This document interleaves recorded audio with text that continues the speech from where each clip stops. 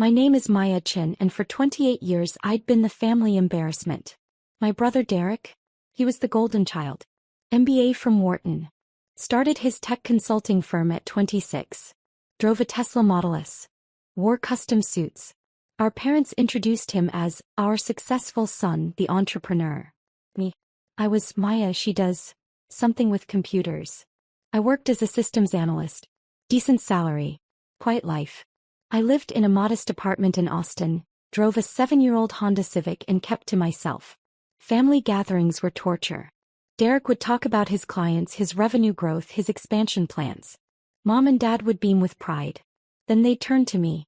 And Maya, are you still doing that tech support thing? I'd correct them every time. Systems analysis. I designed database architectures for. That's nice, honey, Mom would interrupt. Derek, tell us more about your new office.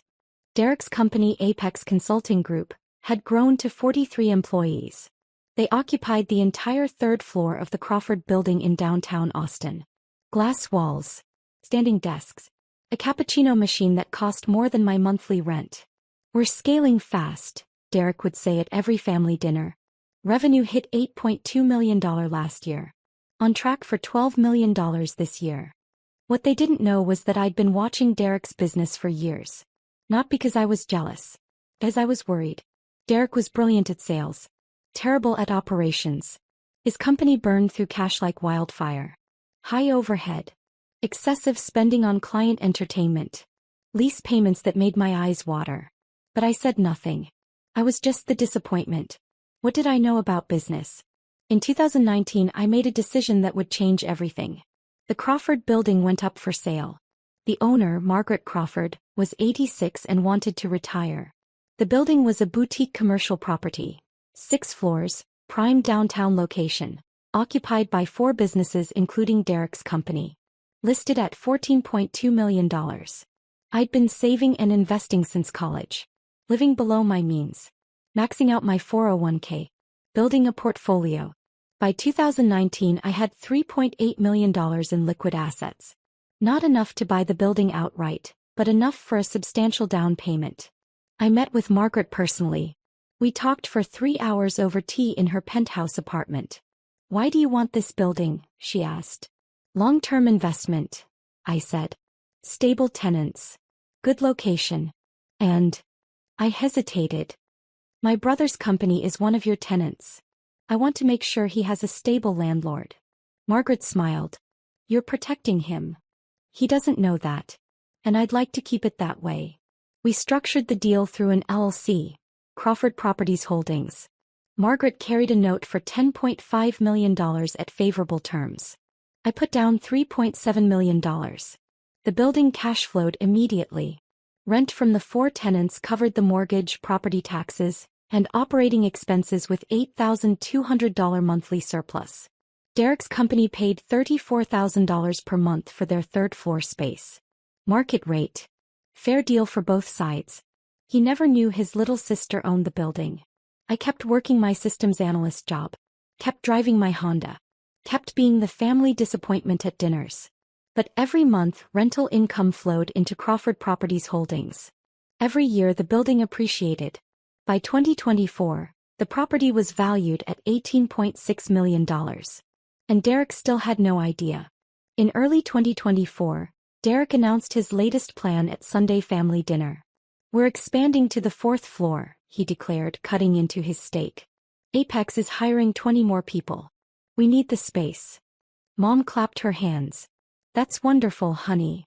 Dad raised his glass. To Derek's continued success. I said nothing. Because Derek hadn't asked building management about the 4th floor. I knew because I was building management.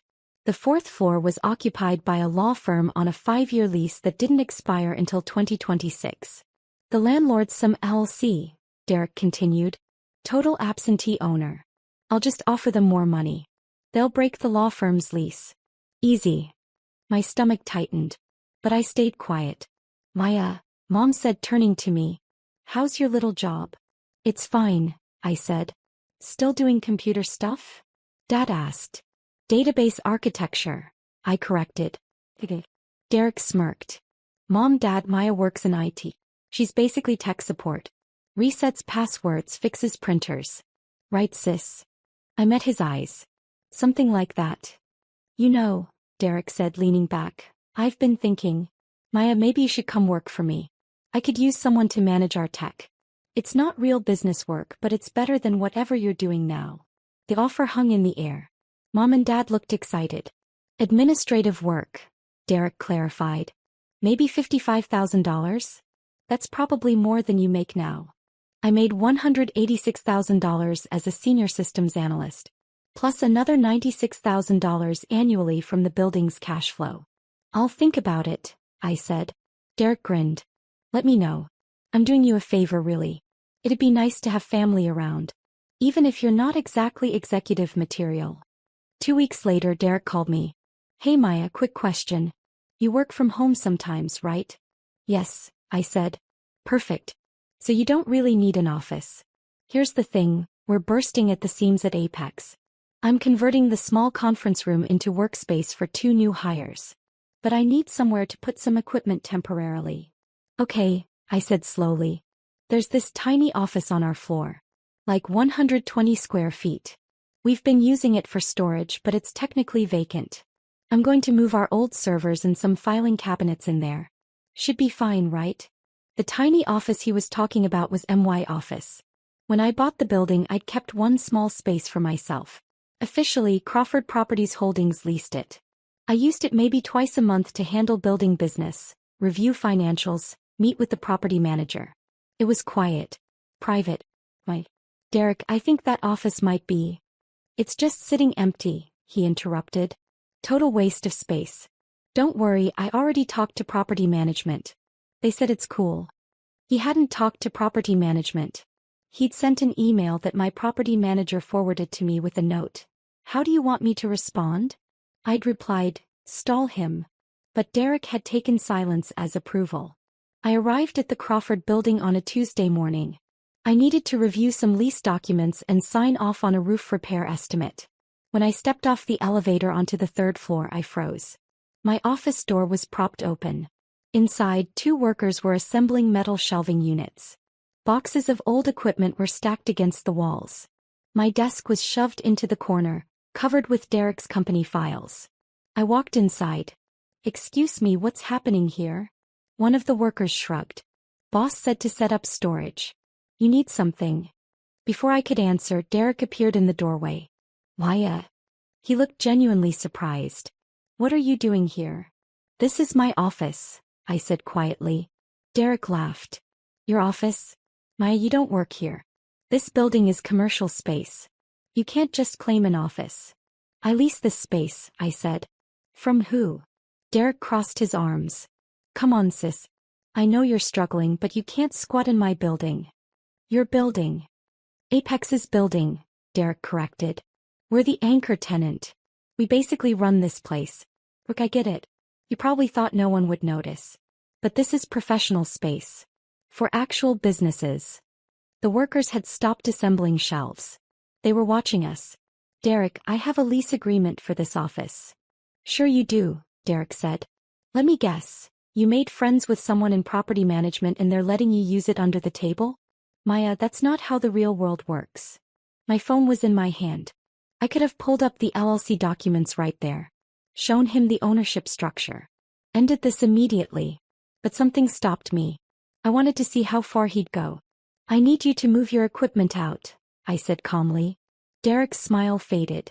Are you serious right now? Maya, I have a business to run. Real employees.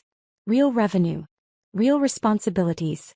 You're going to throw a tantrum over 120 square feet. It's my office. It's storage, Derek snapped. And frankly, I'm doing you a favor by even explaining this. Most landlords would have just changed the locks. You're not the landlord, I said. No, but I'm the one who pays $34,000 a month to keep this floor running. That gives me some authority. Unlike you, who probably can't even afford a storage unit. The workers were openly uncomfortable now. Derek stepped closer. Here's what's going to happen. You're going to take whatever personal items you have in here. And let's be honest, it's probably just a laptop and some sad desk plants. And you're going to leave. If you have a problem with that, you can take it up with building management. but I guarantee they're going to side with their biggest tenant. I looked at my desk, at the shelving units, at my brother's face twisted with condescension. Hey, I said. Derek blinked. Okay. I'll clear out my things.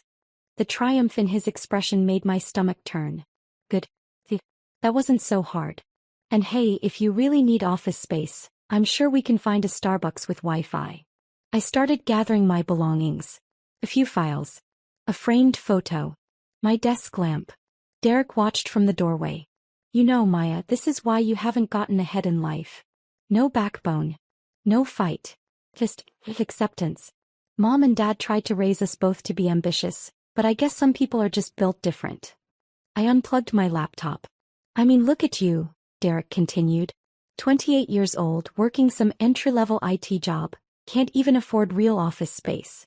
Meanwhile, I'm running a multi-million-dollar company. Do you understand the gap between us? I packed my files into a box. It's not an insult, Derek said. It's just reality. Some people are leaders. Some people are support staff. There's no shame in that. Well, maybe a little shame. But that's life. I picked up my box. Looked at him one last time. I'll be out of your way, I said. Derek clapped me on the shoulder as I walked past. There you go. This is growth. Accepting your limitations. I'm proud of you, sis. I walked to the elevator. Pressed the button. The doors opened. As they closed, I pulled out my phone. Opened my email. Found the message from my property manager. Still want me to stall Derek on the 4th floor expansion? I typed a response. No. Send him the formal lease denial. And prepare eviction paperwork for his company. 30-day notice. Effective immediately. I hit send. Then I called my attorney. Rachel, it's Maya.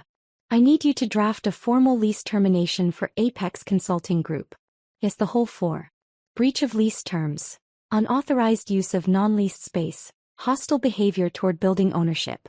I want it delivered by process server tomorrow morning at 8 a.m. I didn't sleep much that night. Not because I was nervous. Because I was meticulous. I reviewed every document. Every lease clause. Every email Derek had sent to property management over the years. The evidence was clear. Apex Consulting had made unauthorized modifications to their space without approval. Accessed and occupied non-leased areas. Repeatedly ignored property management communications. Failed to maintain required insurance coverage discovered in my review. Any one of these was grounds for lease termination. At 7:45 a.m., I sat in my car across the street from the Crawford building. I watched the process server enter. Watched him take the elevator to the 3rd floor. At 7:58 a.m. my phone rang. Derek. I let it go to voicemail. At 8:03 a.m. he called again. Voicemail. At 8:07 a.m. a text, call me now. At 8:11 a.m. another call. This time I answered. What the FVK, Maya? Derek's voice was shaking. Did you do this? Do what? I asked calmly. Some guy just served us with an eviction notice. Says we have 30 days to vacate. This is insane. I'm calling a lawyer. You should read the notice carefully, I said. It outlines the lease violations. Lease violations? We're the best tenant in this building. We pay on time. He stopped. Wait. How do you know about the notice? Maya. What did you do? I took a breath. I didn't do anything, Derek. Crawford Properties Holdings LLC made a business decision to terminate your lease. Silence. Then, what the hell is Crawford Properties Holdings? The company that owns the building you're standing in. More silence. What does that have to do with you? I'm the managing member, I said. I've owned the building since 2019. I could hear Derek breathing. You're lying. The ownership documents are public record, I said. Travis County Clerk's Office. You can look them up yourself. There's no way you could afford. I purchased it for $14.2 million with seller financing. The building's current value is approximately $18.6 million. Your company pays $34,000 monthly in rent. Well paid. Past tense now. Why? His voice cracked. You can't do this. We have 43 employees. We have clients. We have contracts. We can't just move in 30 days. You should have thought about that before you kicked me out of my office. That was a storage room. It was leased space, I said. To my LLC. You occupied it without authorization. You also accessed the fourth floor stairwell last month without permission, made modifications to the HVAC system without approval, and failed to maintain the required $2 million liability insurance policy as specified in Section 7.3 of your lease. How do you?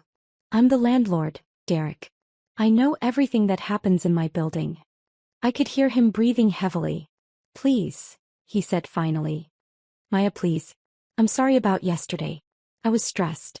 I didn't mean those things. You can have the office back. You can have 2 offices. Just, please don't do this. The eviction stands, I said. Our business will collapse. Derek shouted. Do you understand that? We can't find new space in 30 days. We'll lose clients. People will lose their jobs. You're destroying everything I've built. No, I said quietly. You built your business on leased space. You never owned the foundation. And you treated the person who actually owned it like garbage. I'm your brother. Yes, I said. You are. The brother who called me support staff. Who said I had no backbone. Who offered me a $55,000 job as a favor when I make $186,000 a year. Who mocked me at every family dinner for 12 years. The brother who told mom and dad I was the family embarrassment. Who said I'd never amount to anything. Who kicked me out of my own building. Derek was crying now. I could hear it. I'll tell mom and dad, he said. They'll make you stop. Tell them what? I asked. That the daughter they've ignored for years owns $18.6 million commercial property? That the disappointment has been your landlord for 5 years? Go ahead. I'd love to hear that conversation. You're destroying me, Derek whispered. No, I said. I'm running my business. Just like you taught me. I'm making a decision based on what's best for my asset. You're a problematic tenant. You're being removed. It's nothing personal. Just business. I hung up. At 9:47 a.m., exactly as I'd expected, the calls from mom and dad started. I let them all go to voicemail. By noon I had 47 missed calls and 89 text messages. Mom, Maya Renachin, call me right now. Dad, what did you do to your brother? Derek, I'll sue you for everything. Mom, how could you be so cruel? Derek, please, I'm begging you. Dad, this family is falling apart because of you. Derek's business partner Aaron, we need to talk. Please. I was sitting in a coffee shop reviewing the lease termination with my attorney on Zoom. They have any grounds to fight this? I asked Rachel. She shook her head. The lease violations are clear and documented. They occupied non-leased space, made unauthorized modifications, and they're 2 months behind on their insurance requirement. Any judge would uphold this termination. How long before they're actually out? If they comply, 30 days. If they fight it, we'll have them forcibly removed in 45 to 60 days. But fighting it will cost them $40,000 in legal fees they can't afford. My guess? They'll negotiate. What kind of negotiation? They'll beg you to let them stay. Offer to pay more rent. Promise to be model tenants. Derek will probably offer you equity in his company. I smiled. His company that's about to implode because they have no location? Exactly. My phone rang. I answered this time. Maya Renachin. Mom's voice was shaking with rage. What is wrong with you? Hi, Mom. Don't you hi Mom me. Derek is in tears. His entire company is falling apart. And you're doing this to punish him over some office. I'm terminating a lease with a problematic tenant. He's your brother. Yes, I said. And for 28 years, you've made it very clear which child you value more. I'm simply running my business. Your business. Mom laughed bitterly. Maya, stop this fantasy. You can't afford to own a building. Is this some scam? Did you forge documents? Because Derek's lawyer is going to. Mom, I bought the Crawford building in 2019 for $14.2 million. I've owned it for 5 years. Derek's company has been paying me $34,000 monthly in rent. That's $2.04 million I've collected from him over the years. You can verify all of this through public records. Silence. You're lying, Mom finally said. But her voice was uncertain. Travis County Clerk. Property records. Crawford Properties Holdings LC. I'm the registered agent. How? Where did you get $14 million? I didn't need $14 million. I needed $3.7 million for the down payment. I've been saving since college. Investing. Living below my means while Derek drove his Tesla and you bragged about his success. But you're just tech support. I finished. That's what you call it, right? I'm a senior systems analyst, Mom. I design database architectures for Fortune 500 companies. I make $186,000 a year, plus another $96,000 annually from the building cash flow. I could hear her breathing. Why didn't you tell us? She whispered. Because every time I tried, you cut me off to ask Derek about his business. Because every family dinner became a celebration of Derek and a dismissal of me. Because you introduced him as our successful son, and me as Maya, she does something with computers. Because telling you would have required you to actually listen to me. And you never did. Maya, that's not fair. Derek called me support staff on Sunday. Offered me a $55,000 job as charity. You and Dad laughed. He thought it was generous. He was trying to help you. I don't need his help, Mom. I never did. I needed my family to see me. To respect me. To stop treating me like the consolation prize child. But you couldn't do that. So I stopped trying. This is about revenge? Mom's voice rose. You're destroying your brother's life because your feelings were hurt? No, I said calmly. I'm enforcing a legal lease termination because Derek violated the terms of his tenancy. The fact that it feels like revenge to you says more about how you've treated me than about my business decision.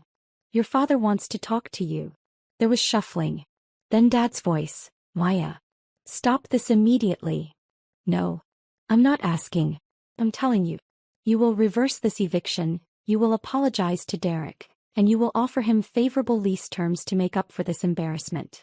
Or what? I asked. Or you're no longer part of this family. The words hung there. I laughed. Real laugh. Dad, I haven't been part of this family for years. You just didn't notice because you were too busy being proud of Derek. We are proud of Derek. He built something. He took risks. He built something on land I own. Using rent money I collected.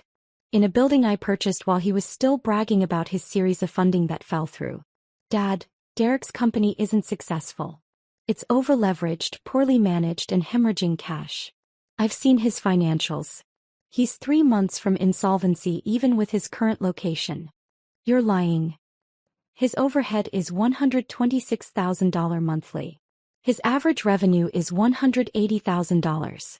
That leaves $54,000 for payroll, benefits and taxes for 43 people. The math doesn't work. It never did. He's been paying himself $220,000 annually while his employees make $45,000 and work 60-hour weeks.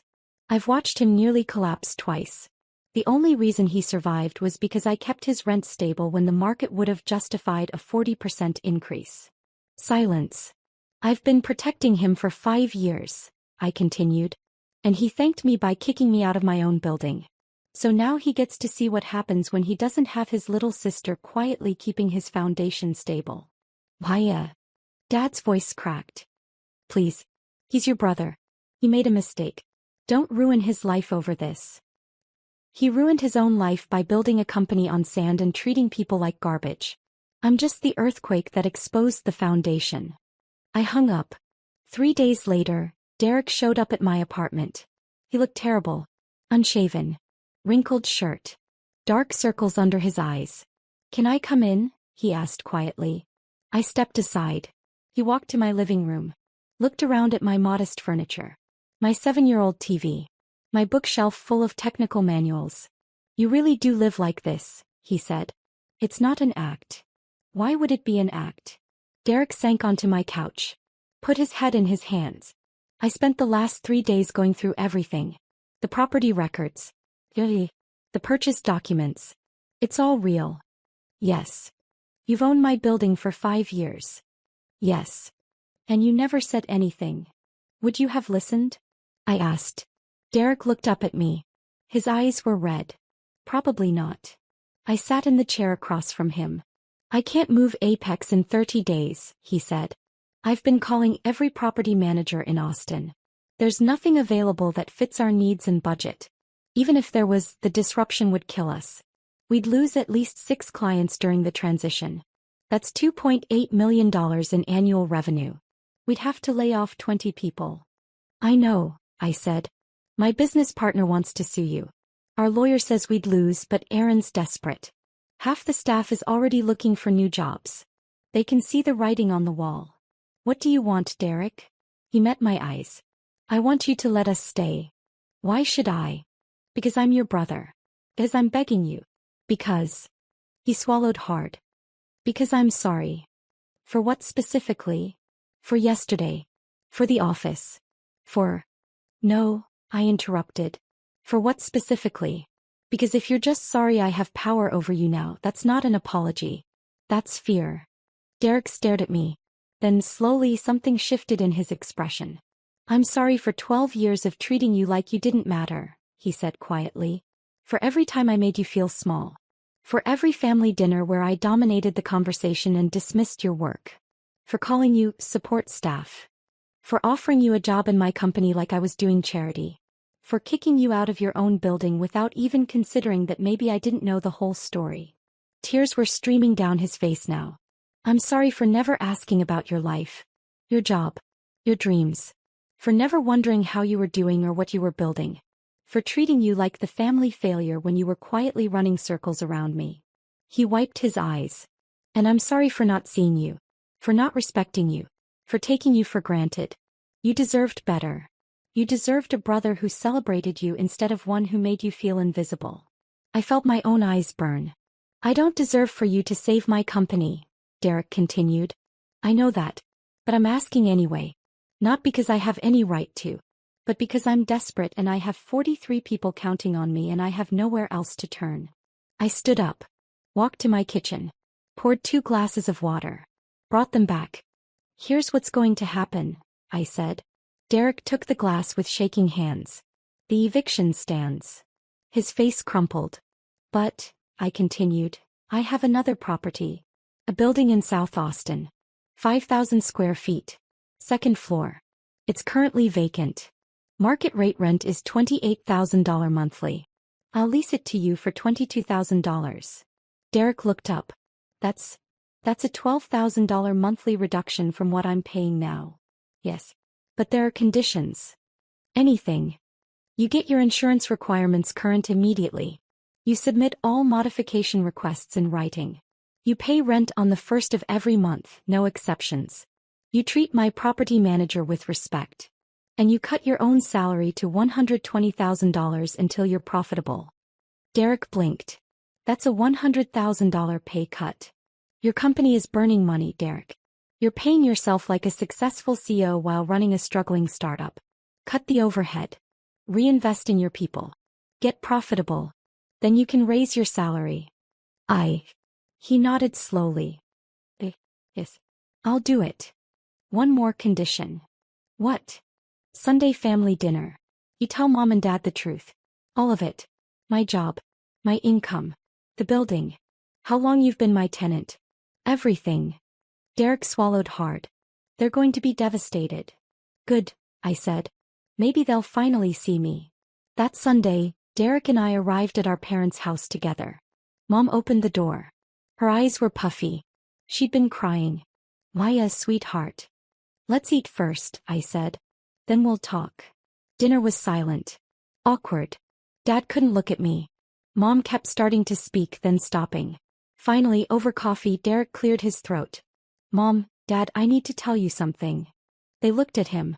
For the past 5 years, I've been renting office space from Maya. Mom frowned. What do you mean? The Crawford building. Where Apex is located. Maya owns it. She bought it in 2019 for $14.2 million. She's been my landlord this entire time. Dad's coffee cup froze halfway to his mouth. That's impossible, Mom said. Maya doesn't have that kind of money. She does, Derek said. She's a senior systems analyst. She makes $186,000 annually. plus another $96,000 from the building cash flow. She's been successful this entire time. We just never asked. But, Mom looked at me. You drive a Honda. You live in that small apartment. You never.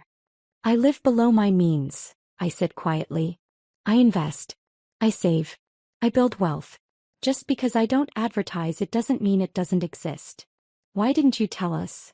Dad asked. I tried, I said. Every family dinner. Every phone call. But you cut me off to talk about Derek. You introduced me as Maya. She does something with computers while calling him our successful entrepreneur. You made it clear whose achievements mattered. Mom's hand went to her mouth. Last week, Derek continued, I kicked Maya out of her office in the building she owns. I called her support staff. I told her she had no backbone. I mocked her in front of my employees. Derek. Dad's voice was strained. She evicted my company. Wiggly. Rightfully. And I deserved it. Derek looked at me. But she's giving me a second chance. A new space. Lower rent. Better terms. Because unlike me, she actually values family. Even when that family has treated her like garbage for 12 years. The table was silent. Mom stood up abruptly. Walked to where I was sitting. Pulled me into a tight hug. I'm so sorry, she whispered. I'm so sorry, baby. I felt the tears come then. All the years of being invisible. Being dismissed. Being the afterthought. Dad stood too. Wrapped his arms around both of us. We failed you, he said, his voice breaking. We were so proud of Derek's flash that we didn't see your foundation. Forgive us. Please. Apex Consulting moved into their new space in May 2024. Derek cut his salary. Laid off 3 executives who were dead weight. Promoted 2 hardworking junior staff to senior roles. Got profitable in 4 months. He paid rent on time. Every month. First of the month. No exceptions. Mom and Dad came to my apartment in June. Spent 3 hours asking about my work. My investments. My dreams. Actually listening. They started introducing me differently. This is our daughter Maya. She's a systems analyst and a real estate investor. She owns commercial property in Austin. In August, the law firm on the 4th floor of the Crawford building didn't renew their lease. Derek's company was ready to expand. I approved his request for the additional space. Fair market rate. Professional terms. At Sunday dinner, Derek stood up with his wine glass. A toast, he said. To my sister Maya. My landlord. My teacher. The person who showed me that real success isn't about flash. It's about foundation. I'm proud to be your tenant. And even more proud to be your brother. Mom and Dad raised their glasses. I smiled. To family, I said. The one you're born with. And the one you build. We drank. And for the first time in 12 years I felt like I was actually at the table.